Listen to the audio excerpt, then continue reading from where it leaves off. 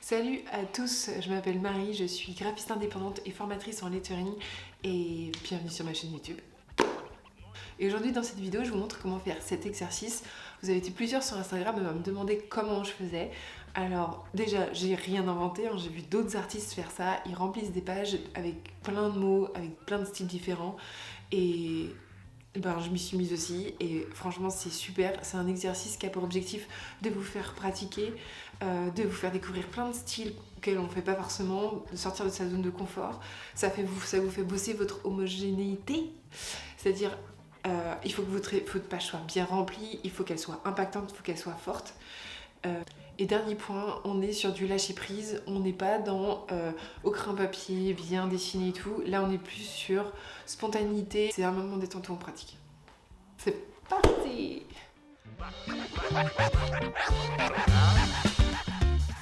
Pour faire ce genre de lettrage, il va nous falloir 4 étapes.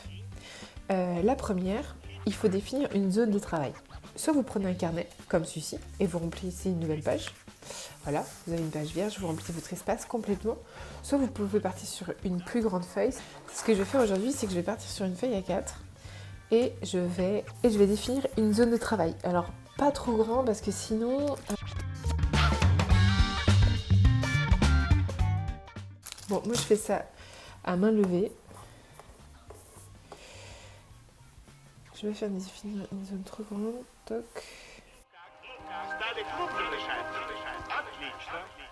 Ok, donc là j'ai fini une zone de travail que j'ai fait au crayon papier et que je gommerai à la toute fin. Ok. Hop. Bon, moi j'ai fait sans règle, mais vous pouvez prendre une règle. Pas de souci. Voilà. Et maintenant, on va prendre un feutre. Moi j'éviterai les broche pens parce que vous allez sinon risquer de faire trop systématiquement la même chose. Pour choisir les crayons, il vous faudra un feutre qu'on appelle des rotring, c'est-à-dire des feutres à mine pointue. Vous avez plusieurs marques, on s'en fiche de la marque que vous prenez, du moment que vos mines soient pointues. Comme ça. Ok. Moi, en général, j'aime bien prendre, là c'est un 0,5 et là c'est un 0,7. Voilà, je vais partir sur le 0,5 pour cette fois. Une fois que vous avez votre crayon, vous avez défini votre zone de travail, on va définir un thème. C'est important d'avoir un champ lexical parce qu'il ne faut pas que vous ayez à réfléchir dans votre tête. Il faut que les mots ressortent spontanément. Par exemple, ici, j'ai noté des noms de boissons. J'en ai un autre ici où là, je suis partie sur ma ville et j'ai tourné autour du champ lexical de ma ville. Donc, il y a la région, j'ai des noms de bars que j'aime, des noms de rues, des noms de bâtiments. Vraiment, il faut aller vite. L'idée là, ça c'est très facile, des prénoms. Des villes... ça peut être quoi d'autre? Oui, un champ lexical facile. Si vous partez sur l'art, il y a 1 milliard de mots qui peut tourner autour de l'art. L'idée, c'est que le mot d'après, quand vous écrivez le premier mot, il faut que le mot d'après, il vienne très très vite. Il ne faut pas que vous ayez à chercher. Dites-vous que ce qui est écrit, c'est quand même secondaire. Là, dans ce style de composition-là, de remplir une page entière, c'est l'impact de la page qui est remplie, qui a sa force, qui a sa place. Un peu moins ce qui est écrit. Donc retenez, ne vous prenez pas la tête. Ici aujourd'hui je vais partir sur des prénoms, je vais faire très simple et ça marche très bien. Donc ok, et maintenant il va falloir écrire. Donc moi je vais partir sur des prénoms. Alors oui, vous pouvez prendre de l'inspiration sur votre téléphone, sur Pinterest, sur Instagram, mais franchement vous risquez de scroller sans vous arrêter et que ça ne sera pas du tout constructif, vous allez y perdre plus de temps, au final vous allez passer autant de temps sur votre téléphone que à dessiner, donc moi je ne conseille pas trop d'utiliser le téléphone, sauf si vous avez une capture d'écran, une seule image, ou dessus vous avez plein de styles différents que vous avez vu chez un artiste, et là vous avez envie de vous en inspirer, ok, mais une seule image, si c'est pour scroller, oubliez, franchement vous allez passer plus de temps. Moi, j'aime bien partir de bouquins. Si vous avez des bouquins de logos, autour de la typographie, ou même c'est des vieilles affiches, des bouquins de pochettes de vinyle, ça peut être quoi d'autre? Il y a plein d'exemples. Ça peut être un vieux magazine sur lequel il y a plein de typos, ça peut être des magazines tout court, des fois il y a des magazines hyper créatifs qui ont plein de typos sympas. Même je pense à des magazines de skate ou magazine d'art. Vous prenez votre magazine et vous le feuilletez. Dès qu'il y a un mot qui vous plaît, vous le prenez et vous le dessinez. Ok, c'est parti. On va écrire Ludo.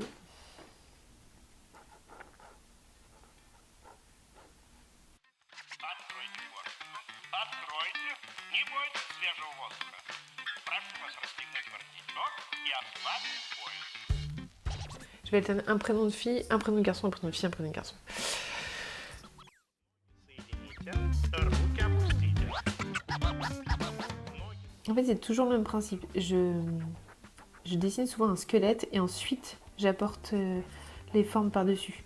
Et je me prends pas la tête de savoir si c'est hyper bien fait. Je vais sûrement faire des endroits où je vais me craquer, ça va pas être graphiquement très joli, les lettres vont être un peu bancales, mais c'est pas très grave parce qu'en fait l'ensemble va avoir quand même son impact et vous aurez quand même travaillé des lettres, vous avez quand même ouvert sur des nouveaux styles, donc c'est pas finalement si grave que ça.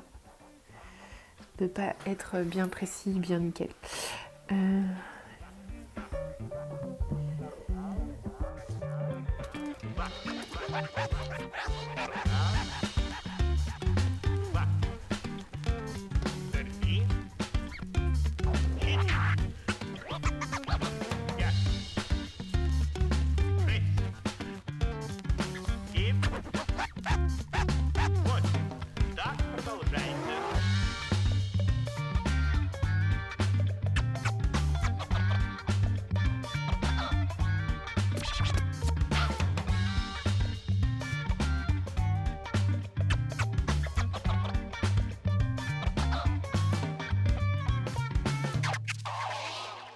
Là, j'ai pas mal avancé. J'ai mis... j'ai mis 30 minutes pour faire ce dessin-là. Il y a des trucs qui vont pas, il y a des trucs qui vont. Ces deux-là, c'est deux grosses masses noires. C'est un peu collé, c'est un peu dommage. Là, il y a vachement de blanc.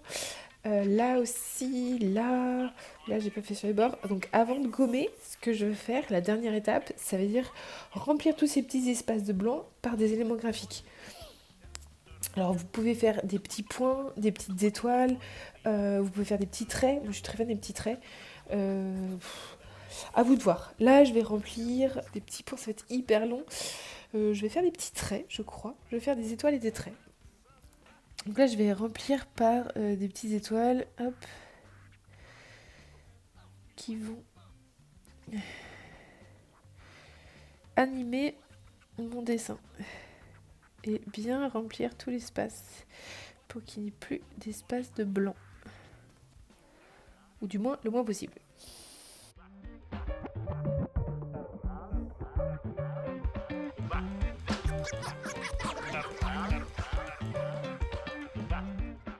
Et je varie la taille des étoiles en fonction de l'espace que j'ai.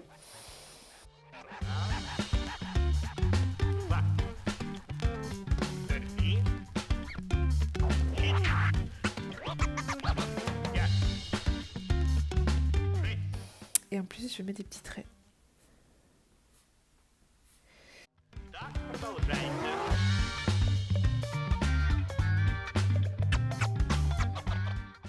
Souvent, les petits traits vont par 2 ou 3. Hein. C'est rarement, on les met rarement tout seul. Voilà. Et là, du coup, on a quelque chose de beaucoup plus homogène. Voilà. Et maintenant.